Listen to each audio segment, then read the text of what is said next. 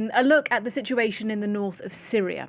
A ceasefire is in place between the Syrian government and Kurdish soldiers. This after the Kurdish-led Syrian Democratic Forces lost huge swathes of territory to the government. It is a significant victory then for Damascus and for the president, Ahmed al-Sharaa, who is trying to consolidate Syrian territory and unify the army. Civilians, though, have been caught in the crossfire.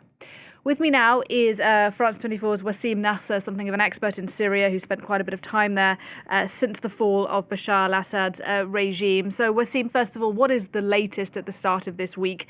Is that ceasefire that I mentioned between chiefly Kurdish groups and the government holding? Well, actually, the ceasefire is mostly holding. We're going to look at the map to see where are the front lines now as we speak. And actually, the Kurdish forces still have two pockets near Ain al-Arab, Kobane, that we're going to see in yellow, and also the area of Hasake. So we have to know that in both areas they have some particularities. For Kobane, for example, the army is on the front line, but the Ministry of Interior is just behind because they deployed security forces in order to prevent civilians from reaching the front lines. We have footage of that since like 48 hours. Why do they want to prevent civilians from reaching the front lines? Because in this area there's a lot of turmoil since the beginning of the war. We know, for example, that the villages of Shuyukh, the inhabitants, the Arab inhabitants, were kicked out by Kurdish forces 10 years ago.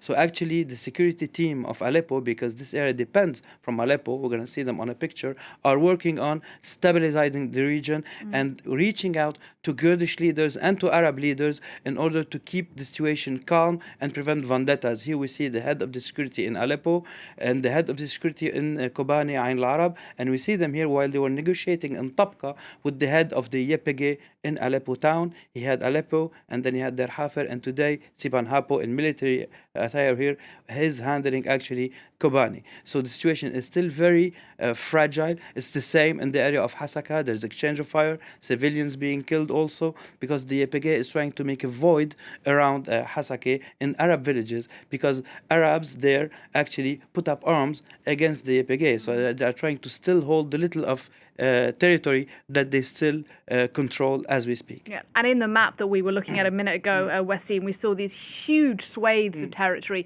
that are now controlled by those government forces, even though for years they were actually controlled by the SDF, by that Kurdish-led group. How are the government troops managing now to secure that area?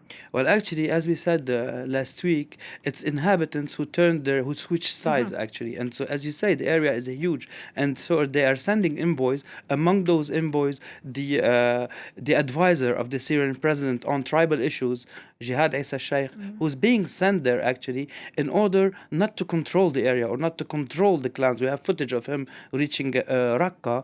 It's actually in order to convince local tribes not to go into vendettas against each other, because there are some people who were with Assad, some people were the Syrian Democratic Forces, some people were the Islamic State ranks, and some people are going back today from their displacement in Idlib with all the anger that it could provoke. This situation could have provoked. And we saw, for example, that they are making regulations also. It started this morning, meaning those who are in the ranks of the Syrian Democratic Forces are being regularized, meaning they have the right to go home. So they are trying to make a difference between those people who were recruited, between the communist youth, if I may say so, of the YPG and of PKK core hardline fighters. And also we're going to see footage of the conscription, which started actually. They started recruiting people in order to control the area. And you'll see here in Deir ez-Zor how people are very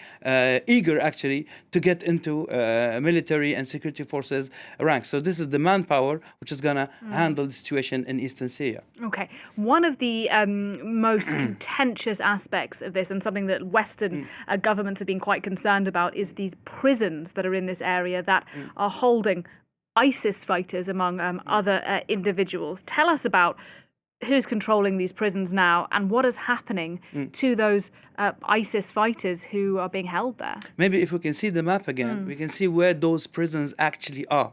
So actually, two main prisons that we see here in the green area, meaning the Shaddadi prison and Al-Hol camp, were taken back by Syrian forces, and also the Raqqa prison is still in the hands of the YPG or the Syrian Democratic Forces. They have Al-Roj camp and another prison facility in Hasaka town and next to Kamishli. And now we have to see footage of Shaddadi. Actually, in Shaddadi, the Syrian Democratic Forces left the prison, and there was like a vacuum of power in between, and prisoners were freed and were roaming on the roads. And those are real Islamic State fighters that escaped this prison. We are talking about 150 people who escaped, 90 were caught back, and here we see civilians that actually fed them on the road before handing them to the army. And if we talk about maybe Al-Hol, in Al-Hol a few families escaped because there was also a 2 hours void because Syrian Democratic Forces left, and the time that the Syrian government arrives, a few escapes happen. It's actually a very difficult issue to tackle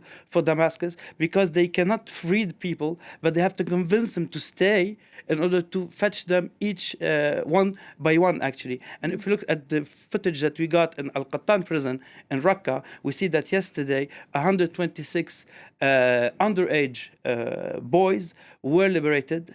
And we know that they were not all imprisoned for terrorism charges.